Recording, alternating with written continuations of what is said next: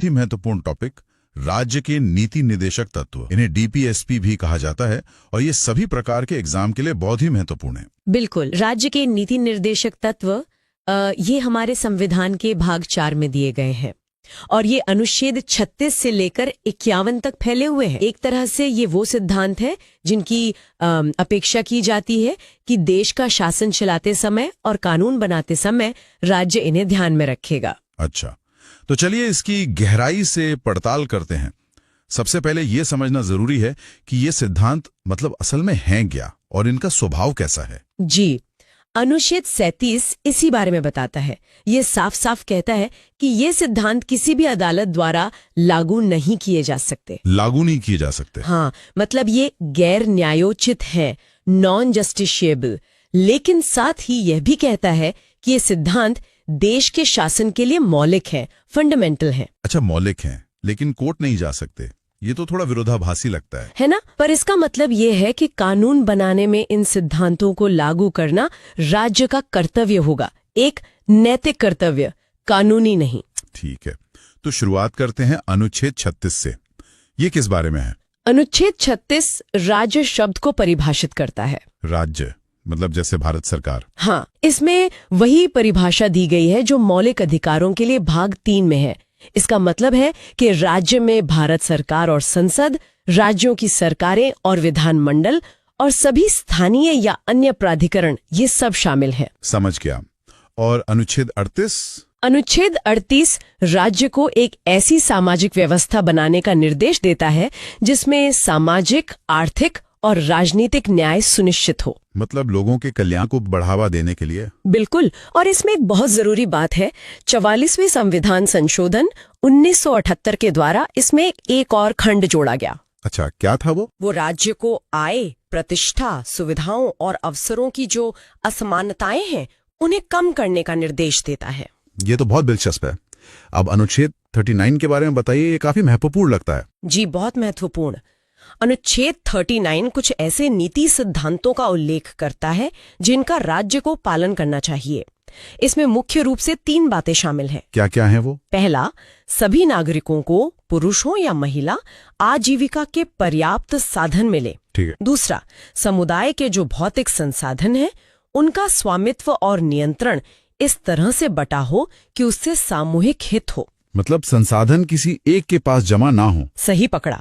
और तीसरा यही है कि आर्थिक व्यवस्था इस प्रकार चले कि धन और उत्पादन के साधनों का सर्वसाधारण के लिए अहितकारी संकेंद्रण न हो। अनुच्छेद 40 ग्राम पंचायतों के संगठन की बात करता है। ग्राम पंचायत? हाँ, इसमें कहा गया है कि राज्य ग्राम पंचायतों को संगठित करने के लिए कदम उठाएगा और उन्हें ऐसी शक्तियां और अधिकार देगा, मतलब जिससे वे स्वशासन की इकाइयों के रूप में काम कर सकें। ये तो गांधीवादी सिद्धांत लगता है ना? जमीनी हकीकत में बदलने के लिए 1992 में 73rd संविधान संशोधन अधिनियम लाया गया। अच्छा, जिसने पंचायती राज व्यवस्था को संवैधानिक दर्जा दिया। एकदम ठीक है। तो अनुच्छेद 40 के बाद आगे है अनुच्छेद 41। जी। ये कुछ दशाओं में काम, शिक्षा और लोक सहायता पाने के अधिकार की बात करता है। इसका क्या मतलब हुआ? इसका मतलब है कि राज्य अपनी आर्थिक क्षमता की सीमाओं के भीतर ये सुनिश्चित करने का प्रयास करेगा, मतलब जितना संभव हो। हाँ, कि लोगों को काम करने, शिक्षा पाने और बेरोजगारी, बुढ़ापा, बीमारी जैसी स्थितियों में सार्वजनिक सहायता पाने का अधिकार मिले। तो जो मनरेगा जैसी योजनाएं हैं वो इसी अनुच्छेद की भावना को दर्शाती हैं। बिल्कुल, MGNREGA इसका सबसे बड़ा उदाहरण है। चलिए, अब आते हैं अनुच्छेद 42 पर। ये काम की न्याय संगत और मानवीय दशाओं तथा मातृत्व राहत यानी मैटरनिटी रिलीफ का प्रावधान करता है। हाँ, इसका उद्देश्य ये सुनिश्चित करना है कि काम करने की जगह, मतलब वर्क प्लेस, सुरक्षित और मानवीय हो। और ये मातृत्व राहत वाला हिस्सा? वो भी बहुत जरूरी है। ये महिला कर्मचारियों के लिए मातृत्व अवकाश जैसे विशेष प्रावधानों की वकालत करता है। समझ गया। अब अनुच्छेद 43, ये कर्मचारियों के लिए निर्वाह मजदूरी यानी लिविंग वेज की बात करता है। जी, और यहाँ सिर्फ न्यूनतम मजदूरी की बात नहीं हो रही है। अच्छा, यहाँ निर्वाह मजदूरी की बात है। इसका मतलब है कि मजदूरी इतनी हो कि एक व्यक्ति और उसका परिवार भोजन, कपड़ा और मकान जैसी जो बुनियादी जरूरतें हैं वो आसानी से पूरी कर सके। यानी एक सम्मानजनक जीवन। बिल्कुल। और इसी में कुटीर उद्योगों को बढ़ावा देने की बात भी कही गई है। इसी से जुड़े दो और अनुच्छेद हैं 43A और 43B। हाँ, ये बाद में जोड़े गए। अनुच्छेद 43A उद्योगों के प्रबंधन में श्रमिकों की भागीदारी सुनिश्चित करने की बात करता है। और 43B? अनुच्छेद 43B सहकारी समितियों मतलब कोऑपरेटिव सोसाइटीज को बढ़ावा देने पर जोर देता है। अब आते हैं एक बहुत ही चर्चित अनुच्छेद पर, अनुच्छेद 44। ये नागरिकों के लिए एक समान नागरिक संहिता यूनिफॉर्म सिविल कोड का प्रावधान करता है। जी, इसका उद्देश्य है कि विवाह, तलाक, विरासत और गोद लेने जैसे जो व्यक्तिगत मामले हैं, पर्सनल मैटर्स, हाँ, उन पर सभी नागरिकों के लिए एक समान कानून हो, चाहे वे किसी भी धर्म के हों। ठीक है, आगे बढ़ते हैं। अनुच्छेद 45 ये बच्चों की देखभाल और शिक्षा से संबंधित है। जी, इसमें कहा गया है कि राज्य 6 वर्ष की आयु पूरी करने तक सभी बच्चों के लिए प्रारंभिक बचपन की देखभाल और शिक्षा प्रदान करने का प्रयास करेगा। इसमें तो जहां तक मुझे याद है एक बड़ा बदलाव हुआ था। हाँ, 2002 में 86वें संविधान संशोधन से तब शिक्षा के अधिकार को अनुच्छेद 21A के तहत एक मौलिक अधिकार, एक फंडामेंटल राइट बना दिया गया था। अच्छा, अब बात करते हैं अनुच्छेद 46 की। ये अनुसूचित जातियों, अनुसूचित जनजातियों और अन्य कमजोर वर्गों के शैक्षिक और आर्थिक हितों को बढ़ावा देने की बात करता है। ये सामाजिक न्याय सुनिश्चित करने की दिशा में एक बहुत महत्वपूर्ण कदम है। कैसे? ताकि समाज के जो कमजोर वर्ग हैं उन्हें सामाजिक अन्याय और सभी प्रकार के शोषण से बचाया जा सके। सही है।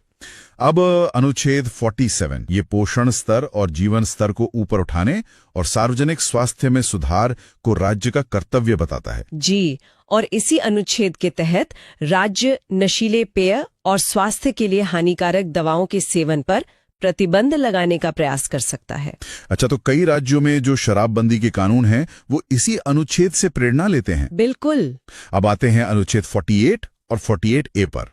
48 कृषि और पशुपालन के संगठन से संबंधित है। हाँ, इसमें आधुनिक और वैज्ञानिक प्रणालियों के आधार पर कृषि और पशुपालन को संगठित करने की बात है। और साथ ही गायों, बछड़ों और अन्य दुधारू पशुओं की नस्लों के संरक्षण और सुधार तथा उनके वध पर रोक लगाने का भी उल्लेख है। और अनुच्छेद 48A क्या है? अनुच्छेद 48A पर्यावरण के संरक्षण और सुधार और वनों और वन्य जीवों की रक्षा से संबंधित है। इसे 42वें संशोधन द्वारा जोड़ा गया था। पर्यावरण की सुरक्षा बहुत जरूरी। अगला है अनुच्छेद 49। जी, ये राष्ट्रीय महत्व के स्मारकों, स्थानों और वस्तुओं की सुरक्षा के बारे में है। इसका सीधा सा मतलब है कि संसद द्वारा राष्ट्रीय महत्व के घोषित किए गए जितने भी कलात्मक या ऐतिहासिक स्मारक और स्थान हैं, उनकी रक्षा करना राज्य का दायित्व है। ठीक है, अब एक और बहुत महत्वपूर्ण अनुच्छेद 50 ये न्यायपालिका को कार्यपालिका से अलग करने का निर्देश देता है। हाँ, ये शक्तियों के पृथक्करण यानी सेपरेशन ऑफ पावर्स का एक बहुत जरूरी सिद्धांत है।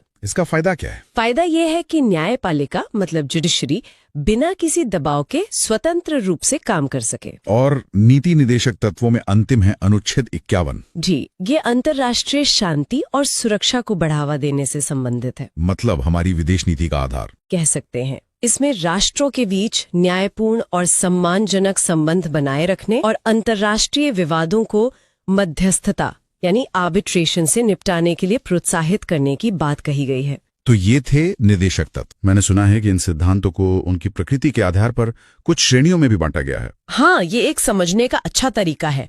हालांकि संविधान में ऐसा कोई वर्गीकरण नहीं है। तो ये अनौपचारिक वर्गीकरण है। जी, इनकी सामग्री और दिशा के आधार पर इन्हें आमतौर पर 3 श्रेणियों में बांटा जाता है।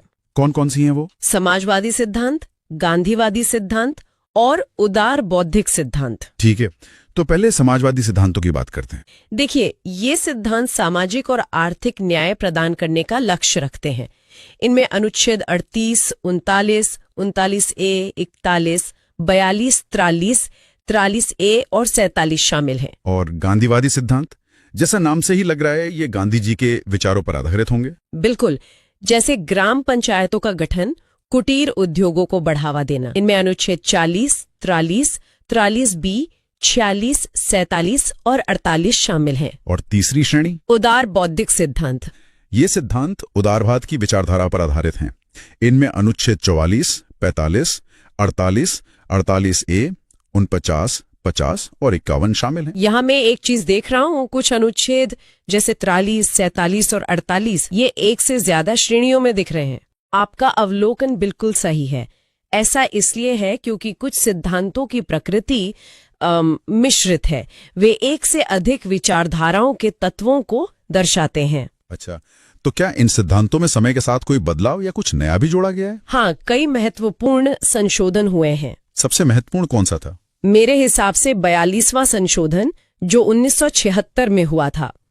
इस संशोधन ने 3 नए निर्देशक तत्व जोड़े। 3 नए तत्व? जी।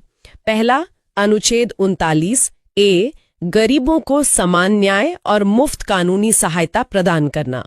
दूसरा, अनुच्छेद 43A उद्योगों के प्रबंधन में श्रमिकों की भागीदारी सुनिश्चित करना। और तीसरा था अनुच्छेद 48A पर्यावरण की रक्षा और सुधार करना तथा वनों और वन्य जीवों की रक्षा करना। ये तो आज के समय में बहुत प्रासंगिक हैं। बिल्कुल। फिर 44वां संशोधन हुआ 1978 में। इसने अनुच्छेद 38 में एक खंड जोड़ा, जैसा हमने पहले भी बात की, जो आय और अवसर की असमानताओं को कम करने पर जोर देता है। और एक 86वां संशोधन भी हुआ था 2002 में। तो को ही बदल दिया। कैसे? अब ये राज्य से अपेक्षा करता है कि वो सभी बच्चों को 6 वर्ष की आयु पूरी करने तक प्रारंभिक बाल्यावस्था देखरेख और शिक्षा प्रदान करे। मतलब शिक्षा के अधिकार से जुड़ा हुआ। जी। अच्छा, एक बात और, इन सिद्धांतों को लेकर संविधान विशेषज्ञों के बीच क्या विचार रहे हैं? क्या सब लोग इनके पक्ष में थे?